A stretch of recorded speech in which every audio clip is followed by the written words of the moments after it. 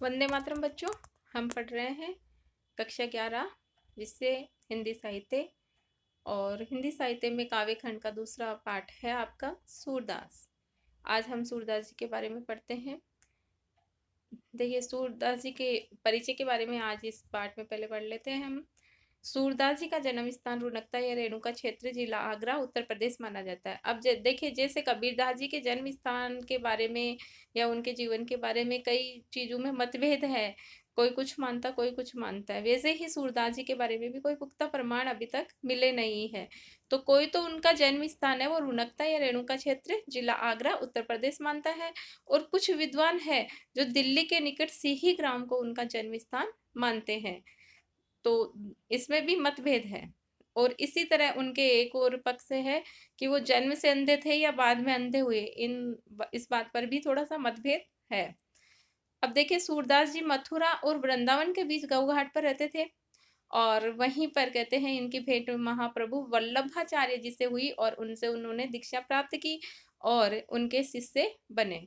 तो महाप्रभु वल्लभाचार्य के ये शिष्य थे तथा पुष्टि मार्गी संप्रदाय के अष्टछाप कवियों में उनकी सर्वाधिक प्रसिद्धि थी। अब जो वल्लभाचार्य जी थे, उनका जो मार्ग था, उनका जो पंथ था, वो पुष्टि मार्ग कहलाता था, इसलिए वो पुष्टि मार्गी संप्रदाय से दीक्षित हो गए। और क्योंकि वल्लभाचार्य जी के 4 शिष्य प्रमुख थे, उनमें से सूरदास तो प्रमुख थे ही। कृष्णदास, सूरदास और परमानंद दास और कुंभन दास, इनमें सूरदास जी प्रमुख थे। और उधर वल्लभाचार्य जी के पुत्र विठलाचार्य के भी 4 शिष्य थे, गोविंद दास और चंदन दास और क्षीर स्वामी और नंददास। इस तरह 4 इनके शिष्य थे, 4 उनके शिष्य थे, 4 और 4 मिलके 8 शिष्य हो गए। और इन 8 शिष्यों को कहा जाता था अष्टछाप के कवि। और इन अष्टछाप के कवियों में जो प्रमुख स्थान था वो सूरदास जी का था। सूरदास के बारे में कहा जाता है कि वे जन्मांध थे, जन्म से अंधे थे या बाद में अंधे हुए, लेकिन कभी उनके बारे में कोई कहते हैं कि जन्म से अंधे थे। परंतु उनके काव्य में प्रकृति और श्री कृष्ण की बाल लीलाओं आदि का वर्णन देखकर ऐसा नहीं प्रतीत होता कि वे जन्मांध थे। हाँ, कहते तो हैं भाई वो जन्म से अंधे थे, लेकिन उन्होंने प्रकृति का इतना सुंदर वर्णन किया, श्री कृष्ण भगवान की बाल लीलाओं का इतना सुंदर वर्णन किया कि जिस मनुष्य को आज इस संसार में सब कुछ दिखाई देता है, शायद वह भी इतना अच्छा सुंदर वर्णन नहीं कर सके, सामने देख कर भी नहीं कर सके। इतना सुंदर वर्णन उन्होंने अपने काव्य में किया। इसी तरह सूरदास सगुण उपासक कृष्ण भक्त कवि है। हाँ, सगुण उपासक यानी भगवान की मूर्ति में पूजा पाठ में विश्वास करने वाले कृष्ण भक्त कवि ये रहे।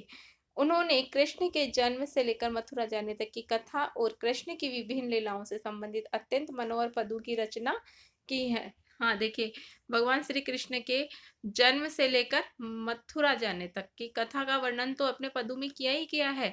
भगवान श्री कृष्ण की विभिन्न लीलाओं का वर्णन भी उन्होंने अपने पदों में किया है।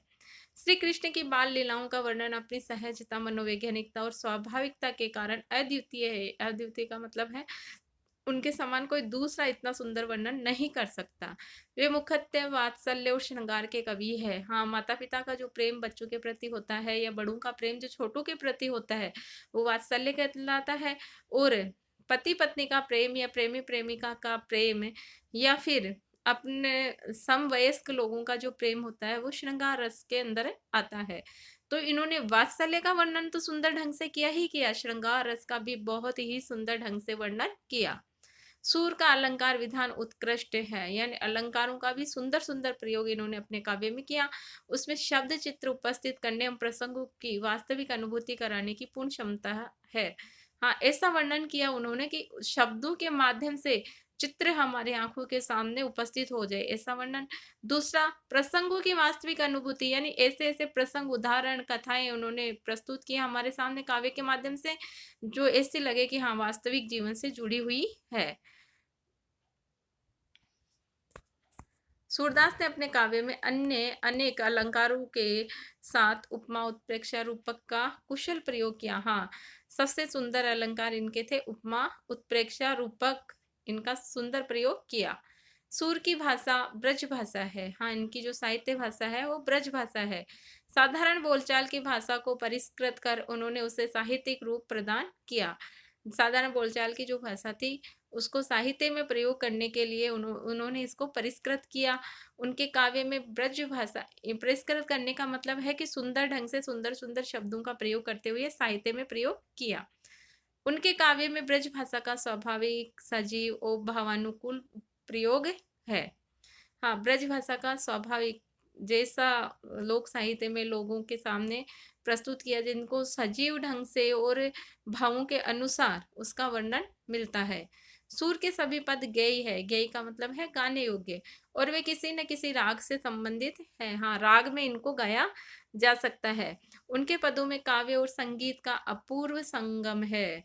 काव्य और संगीत अर्थात काव्य तो है ही, पद तो उन्होंने लिखे ही है, उनके पदों को संगीत की तरह गाया जा सकता है।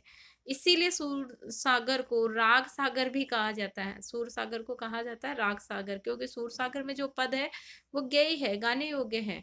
सूर सारावली और साहित्य लेरी सूरदास की अन्य प्रमुख काव्य कृतियां हैं। आप प्रमुख कवि कृति इनकी रचना जो है काव्य की, वो सूर सागर है, फिर सूर सारावली और साहित्य लेरी दो अन्य काव्य कृतियां हैं। पाठ्य पुस्तक में उनके दो पद संकलित किए गए हैं जो कि सूर सागर से लिए गए हैं। पहले पद में कृष्ण की बाल लीला का वर्णन, पहले पद में कृष्ण की बाल लीला का वर्णन है। खेल में हार जाने पर कृष्ण अपनी हार को स्वीकार नहीं करना चाहते। यहाँ बाल मनोविज्ञान का सूक्ष्म चित्रण देखा जा सकता है। हाँ, अगर बच्चे खेलते हैं तो आपस में उनमें झगड़ा भी होता है, हारने वाला बच्चा रूठता भी है, तो वैसा ही भगवान श्री कृष्ण कर रहे हैं। खेल में हार जाते हैं लेकिन अपनी हार को स्वीकार नहीं करते। तो बाल मनोविज्ञान, बच्चों का मानसिक मन का विज्ञान कैसा होता है, मानसिकता उनकी कैसी होती है अगर वो हार जाए, तो उसका वर्णन बड़े ही सुंदर ढंग से इस पद में, पहले पद में किया है। दूसरे पद में गोपियां आपस में अपनी सखियों से कृष्ण की मुरली के प्रति जो रोष प्रकट करती है, उसे कृष्ण के प्रति उनका प्रेम ही प्रकट होता है। यानी भगवान श्री कृष्ण की जो मुरली है, बांसुरी है, जो हमेशा उनके साथ रहती है, और गोपियों को इस बात की चिढ़ रहती है कि वो उनकी एक तरह से सोतन की तरह है, क्योंकि भगवान श्री कृष्ण बांसुरी बजाते हैं जब वो सब कुछ भूल जाते हैं, और उनकी बांसुरी की धुन में गोपियां भी सुध बुध भूल जाती है। तो उन एक तरह से उसके प्रति अपना रोष प्रकट किया है इस पद में गोपियों ने बांसुरी के लिए, तो इसमें उनका प्रेम प्रकट हो रहा है भगवान श्री कृष्ण के प्रति। मुरली कृष्ण के नजदीक ही नहीं है, वह जैसा चाहती है कृष्ण से वैसा ही करवाती है। हाँ, नजदीक तो है ही, वो उनके पास तो है ही, लेकिन जैसा वह चाहती है वैसा भगवान श्री कृष्ण करते हैं। इस तरह एक तो वह उनकी आत्मीय बन बैठी है, यानी उनकी प्रेमिका बन बैठी है, और दूसरे वह गोपियों को कृष्ण का कोप भाजन भी बनवाती है। कोप भाजन मतलब गुस्सा भी करवाती है भगवान श्री कृष्ण से, क्योंकि जब भगवान बांसुरी बजाते हैं तो नथुने फूल जाते हैं, नाक उनकी फूल जाती है जब वो फूंक मारते हैं। तो ऐसे लगता है जैसे भगवान श्री कृष्ण गोपियों पर क्रोध प्रकट कर रहे हैं। इस पर पद में गोपियों का मुरली के प्रति ईर्ष्या भाव प्रकट हुआ है। हाँ, गोपियों का मुरली के प्रति, बांसुरी के प्रति जो ईर्ष्या है, वो भाव प्रकट इस पद में किया गया है दूसरे पद में। हाँ, तो देखिए पहला पद क्या है। खेलन में को काको गुसैया, हरिहारे जीते श्री दामा, बरबस ही कत करत रिसैया। अब इसके अंदर जो भगवान श्री कृष्ण है वो खेल में हार जाते हैं। हार जाते हैं तो उनके सखा उनको कहते हैं कि खेलन में को काको गुसैया, को यानी किसका, और काको यानी किससे, कि खेलने में कौन किससे गुस्सा होता है और क्यों हो रहे हैं आप। हरिहारे जीते श्री दामा, हरि मतलब भगवान श्री कृष्ण, और श्री दामा यानी सुदामा, कि हरि हार गए, भगवान कृष्ण हार गए और सुदामा जी जीत गए। बरबस ही कत करत रिसैया, बरबस यानी बेकार, फालतू में ही आप गुस्सा, कत क्यों, करत करते हैं, रिसैया क्रोध, गुस्सा, आप फालतू में गुस्सा क्यों कर रहे हैं, क्रोध क्यों कर रहे हैं। जाति पाति हम ते बड़ नाही, नाही बसत तुम्हारी छैया, कि हम कोई जात पात में तो तुमसे छोटे हैं नहीं। बच्चे आपस में जब खेलते हैं तो वो हर छोटी छोटी बातों पर अपनी बात प्रकट करते हैं। तो ऐसे में बच्चों का जो मानसिक जो मनोभाव है, वो इन पदों के अंदर प्रकट हुआ है कि वो खेलते-खेलते कैसी बातें करते हैं। इसी तरह वो बच्चे भी आपस में भगवान श्री कृष्ण के सखा और भगवान श्री कृष्ण क्या कह रहे हैं कि जाति-पाति हम ते बड़े नहीं। उनके सखे कहते हैं कि आप जाति-पाति में हमसे बड़े नहीं हैं। हम जिस जात के हैं उसी जात के आप हैं। ना ही बसत तुम्हारी छैया, और हम तो तुम्हारे छैया भी, हम तो तुम्हारी छाया के साथ भी नहीं रहना चाहते। हम तो तुम्हारे अधीन नहीं है, हम कोई तुमसे छोटे नहीं है, हम भी तुम्हारी बराबरी है जात में। अति अधिकार जनावत याते, जाते अधिक तुम्हारे गैया। क्या तुम इसलिए हम पर अधिक अधिकार जताते हो, कि जैसे कि तुम्हारे ही सबसे ज्यादा गैया हैं, गायें हैं। रूठ ही करे तासों को खेलत, जो खेलने में ही रूठ जाए उनके साथ कौन खेले। कौन कह रहे हैं, भगवान श्री कृष्ण के सखा। रहे बैठी जह तय गवैया, कि आप भी वहीं जाकर बैठे जाइए जहां पर आपकी गायें है। सूरदास प्रभु खेलो ही चाहत, दाऊ दियो करी नंदे दुहैया। अब इसके अंदर भगवान श्री कृष्ण की मनोदशा भी प्रकट हुई है कि भगवान श्री कृष्ण हालांकि रूठ तो गए हैं खेल में हारने के बाद, लेकिन फिर भी वो खेलना ज़रूर चाहते हैं। इसलिए वो सूरदास प्रभु खेलना ही चाहते हैं। सूरदास जी कह रहे हैं कि प्रभु श्री कृष्ण खेलो ही चाहते, खेलना तो चाहते हैं, लेकिन दाऊ दियो करी नंद दुहैया। अब वो नंद बाबा की दुहैया सौगंध देकर और दाव देने गए हैं, अपनी पारी खेलने के लिए गए हैं, क्योंकि वो खेलना ज़रूर चाहते थे। रूठ गए तो क्या हुआ। तो देखिए इस पद के अंदर बाल मनोविज्ञान का बड़ा ही सुंदर वर्णन सूरदास जी ने किया है, और बहुत ही सुंदर तरीके से इसके अंदर वर्णन आया। जैसे हरि हारे है की आवृत्ति से इसके अंदर अनुप्रास अलंकार आया है, और रिसैया छैया गैया गवैया दुहैया जो अंतिम शब्द है, इनके अंदर अंत्यानुप्रास अलंकार आया है। अनुप्रास का ही एक भेद है अंत्यानुप्रास, जो इसके अंदर आया है। और जह तह इनके अंदर भी अनुप्रास अलंकार है। इस तरह इनके अंदर मतलब अलंकारों का भी सुंदर प्रयोग कवि ने बहुत ही सुंदर ढंग से किया है सूरदास जी ने। देखिए दूसरा पद है, दूसरे पद के अंदर जो गोपियां है वो मुरली को, बांसुरी को अपनी सोत बताती है और उसके प्रति अपना क्रोध प्रकट करती हुई वो कहती है कि मुरली तू गोपाल ही बहुत भावती, के हे मुरली है बांसुरी तऊ तुम गोपाल ही भगवान श्री कृष्ण को भावती, अच्छी लगती हो, तुम भगवान श्री कृष्ण को बहुत अच्छी लगती हो। सुन रही सखी, अब एक सहेली दूसरी सखी से कहती है कि ये बांसुरी बहुत ही पसंद आती है, बहुत ही अच्छी लगती है श्री कृष्ण भगवान को, जितना हम भी नहीं लगती। अब वो सखी दूसरी सखी से कहती है कि सुन रही सखी, यद्यपि नंद लाल ही नाना भावती नचावती। अब ये उनको अच्छी लगती है, यानी भगवान श्री कृष्ण सबसे ज्यादा प्रेम मुरली पर, बांसुरी पर लुटाते हैं। तो कह रही है कि सुन रही सखी कि हे सखी सुनो, यद्यपि नंद लाल ही, नंद लाल नंद बाबा के लाल को, श्री कृष्ण भगवान को, ये यद्यपि तभी तो नाना भावते नचावते, अनेक प्रकार से, नाना यानी अनेक प्रकार से, भांति यानी प्रकार, नचावती नचाती है, क्योंकि भगवान श्री कृष्ण जब बांसुरी बजाते हैं तो बांसुरी बजाते हुए वो खुद भी नृत्य रत हो जाते हैं, उसमें ही मग्न हो जाते हैं, और मग्न होकर वो खुद नृत्यशील हो जाते हैं। तो ऐसा लगता है जैसे कि बांसुरी की धुन में वो खुद खोकर नृत्य कर रहे हैं, तो इसलिए वो बांसुरी ही उनको नचा रही है। इसलिए गोपियों को इस बात का क्रोध उस बांसुरी के प्रति प्रकट होता है। राखती एकई पाई ठाडो करी, अति अधिकार जनावती। और तो और गोपी, एक गोपी दूसरी गोपी से कह रही है कि ये देखो, ये जो बांसुरी है वो ये भगवान श्री कृष्ण को एक पैर पर खड़ा होकर रखती है और उन पर अपना बहुत ज्यादा अधिकार जताती है। अर्थात भगवान श्री कृष्ण जब बांसुरी बजाते हैं तो वो एक पैर पर खड़े होकर और फिर बांसुरी बजाते हैं। तो इस तरह वो कह रही है कि अपना अधिकार इतना जताती है कि उनको जैसे कि सजा दे रखी है उसने, और एक पैर पर उनको खड़ा और रखती है। और एक पैर पर खड़ा रखने पर दूसरी गोपी कहती है, कोमल तन आज्ञा करावती, कटी टेढ़ हुए आवती। और कोमल तन, कोमल यानी भगवान श्री कृष्ण का तन यानी शरीर बड़ा ही कोमल है, और उनसे आज्ञा करावती, अपनी आज्ञा पूरी करवाती है, अपने आदेश पूरे करवाती है। कट्टी टेढ़ो वे आवती, और उनको ना टेढ़ी कमर करवा के और फिर अपनी तरफ बुलाती है। अर्थात भगवान श्री कृष्ण एक पैर पर खड़े होकर टेढ़ी कमर करके और तिरछे होकर बांके बिहारी बनकर फिर बांसुरी बजाते हैं।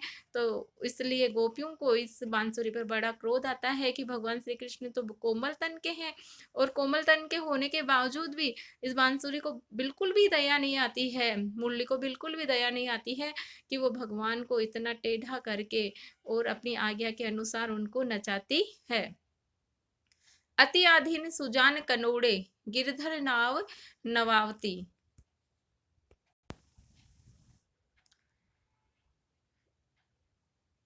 अति आधीन सुजान कनोड़े गिरधर नाव नार नवावती।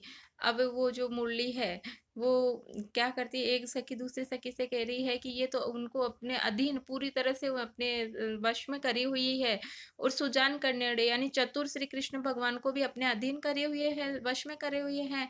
और कनोड़े यानी ऐसे लगता है जैसे कि भगवान श्री कृष्ण उनकी उसके कनोड़े यानी कृपा से दबे हुए, जैसे कि भगवान श्री कृष्ण मुरली की कृपा से दबे हुए हैं। गिरधर नार नवावती, और भगवान श्री कृष्ण की गर्दन को, नार यानी नाड़ गर्दन, उसको भी नवावती नीची झुका लेती है। क्या है, भगवान श्री कृष्ण जब बांसुरी बजाते हैं तो गर्दन नीची करके, कमर टेढ़ी करके, एक पांव पे खड़े होके और फिर बांसुरी बजाते हैं।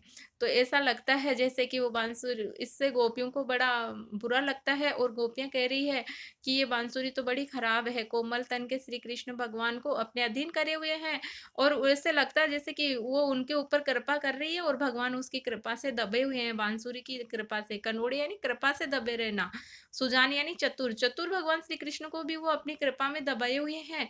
और गिरधर नाव नवावती, और गिरी को धारण करने वाले यानी इतने बलशाली भगवान श्री कृष्ण को भी क्या करती है, नीची गर्दन करवा के और खुद के सामने झुकाए रखती है। आप उन पूडी अधर सजा पर, और खुद तो अधर यानी होठ, सज्जा यानी सैया, सोने की सेज, सोने की पोढ़ने की, पोढ़ी यानी सोना। तो आपुन यानी खुद, कौन बांसुरी के लिए आया है कि खुद तो भगवान की होठों की सैया पर लेट जाती है, सो जाती है। और कर पल्लव पलुटावती, और उनकी कर यानी हाथ, पल्लव यानी पत्ते, कोमल कोमल पत्ते रूपी हाथों को अपने ऊपर पलुटावती, अपने ऊपर दबवाती है या अपने ऊपर फिरवाती है। भ्रकुटी कुटिल नैन नासा पुट, यानी गोपियां क्या कह रही है इसमें, तो अपुना पोढ़ी अधर सज्जा पर, खुद तो उनके होठों की रूपी सैया पर सो जाती है, और भगवान श्री कृष्ण के कोमल पत्ते रूपी हाथों को अपने अपने पैर दबवाती है या अपने चरणों की सेवा करवाती है, क्योंकि भगवान श्री कृष्ण अपने कोमल कोमल हाथों को बांसुरी पर फेरते रहते हैं जब वो बजाते हैं। भ्रकुटी कुटिल नैन नासा पुट, हम पर कोप करावती, और उनकी भ्रकुटी यानी भौहें, जब वो बांसुरी बजाते हैं तो भौहें तिरछी हो जाती है। नैन और नासापुट बढ़ जाते हैं, नासापुट यानी नाक के छिद्र, जैसे ही वो श्वास छोड़ते हैं बांसुरी में तो नाक फूल जाते हैं। और हम पर, और ऐसे लगता है जैसे कि वो क्रोध में आ गए हैं।